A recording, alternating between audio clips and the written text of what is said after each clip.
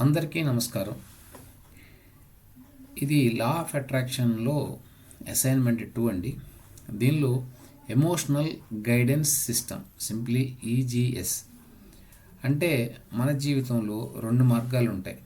ఒకటి అలైన్డ్, మనకు కావాల్సిన జీవితంతో సరిపడేది. రెండవది మిస్ అలైన్డ్. ఈ రెండు విధాలుగా ఉంటుంది.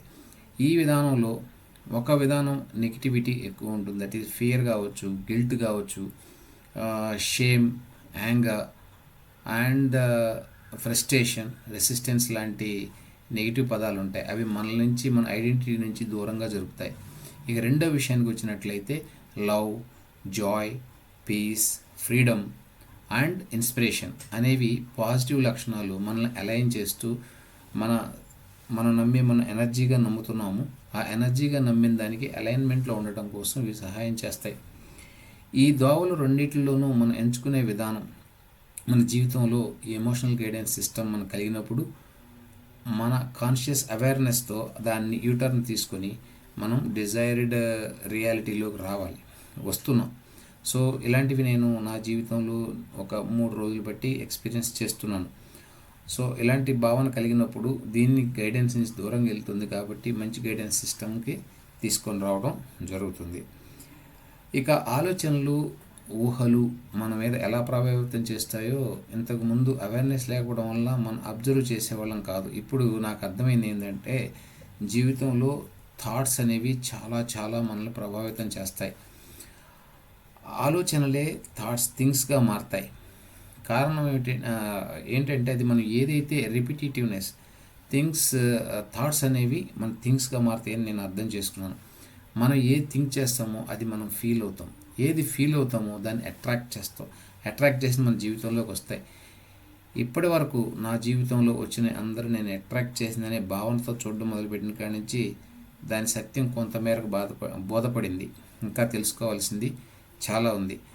ఇప్పటి నుంచి నేను నమ్ముతుంది ఏమిటంటే ఏదైతే నేను ఆలోచిస్తానో దాన్ని ఫీల్ అయ్యి వైబ్రేషన్గా జనరేట్ అయితే నేను దాన్ని అట్రాక్ట్ చేస్తానని తెలుసుకోవడం జరిగింది. అయితే ఈ చేసుకునే విధానంలో నేను ఆదిసార్ చెప్పిన ప్రకారం ఏం తెలుసుకున్నానంటే ఈ చేసే విధానాన్ని రిపిటేటివ్ ఏదైతే మనం చేస్తున్నామో థాట్స్ ఆటోమేటికల్గా మన థింగ్స్గా బిహేవ్ అవ్వవు. అదేమిటంటే ఫస్ట్ రిపీటెడ్, మనం ఏం చేయాలనుకున్నది అది రిపీట్ చేయడం. తద్వారా నేను ఇంతకుముందు ఉన్న ఆలోచన విధానానికి ఇప్పటికీ ఈ అసైన్మెంట్స్, ఎర్లీ మార్నింగ్ ఎఫర్మేషన్స్ రాయడం వలన ఎప్పుడైనా ఇలాంటి థాట్ వచ్చిన వెంటనే దాన్ని ఇంపోజ్ చేయడం స్టార్ట్ చేశాను. అది షేప్గా మారడం, ఎమోషన్స్ని చేంజ్ చేయడం కొంతమేరకు ఎక్స్పీరియన్స్ చేస్తున్నాను. అయితే ఇది ఎంతవరకు ఇన్ఫ్లుయెన్స్ అవుతుందంటే నా జీవిత ప్రభావం మీద కొంతమేరకు. ఎట్టి పరిస్థితుల్లో నెగిటివిటీ అనేది ఈ 4 రోజులు కాన్షియస్గా ఉండటం వల్ల కలగలేదు, కానీ కొన్నిసార్లు డ్రైవ్ అవుతున్నాను. ఇలాంటి థాట్స్ నుంచి క్రియేటివ్, అంటే మనకు కావాల్సిన వాటిని రిపిటేటివ్గా మనం మళ్ళీ న్యూ ప్యాటర్న్స్ని క్రియేట్ చేయడానికి ఇది ఉపయోగపడుతుందని నేను నమ్ముతున్నాను. న్యూ రిజల్ట్స్ అంటే పాత రిజల్ట్స్ నుంచి కొత్త రిజల్ట్స్ మార్చాలి అంటే మన కంఫర్ట్ జోన్ నుంచి అన్కంఫర్ట్ జోన్కి స్టార్ట్ చేయటం మొదలుపెట్టాను. ఇది నా జీవితంలో మార్పు తెస్తుందని నేను అనుకుంటున్నాను. ఇంకొకటి అన్నిటికన్నా ముఖ్యమైనది ఫోకస్ అండి. ఈ ఫోకస్ గురించి నేను ఎక్కడ మన ఎనర్జీ అనేది ఎక్కడ ఫోకస్ చేస్తామో అక్కడ ఎనర్జీ పోతుంది. అది అక్షర సత్యం అని తెలుసుకున్నాను. ఏదైతే తింటున్నామో దాని మీద ఫోకస్ పెట్టినట్లయితే అది చాలా ఆనందాన్ని కలుగజేయడం మొదలుపెట్టింది. ఏదైతే నేను చేస్తున్నానో నేను ఒక యాంకరింగ్ చేసుకుని ఆ యాంకరింగ్ ద్వారా ఆ ఎనర్జీ నాలో ఉన్నట్టు నేను ఒక కంప్లీట్ ఫోకస్ ఉంచడం వల్ల నాకు చాలా గోల్స్ అండ్ నాకు గుర్తు రావడం, ఏం చేయాలో రావడం, గ్రాటిట్యూడ్ని ప్రదర్శించాలని ఒక హ్యాబిచుయేట్గా, అంటే నాలో ఉన్న ప్యాటర్న్స్ గ్రోత్ థింకింగ్ కింద మారడం కోసం నేను మార్చుకుంటున్నాను.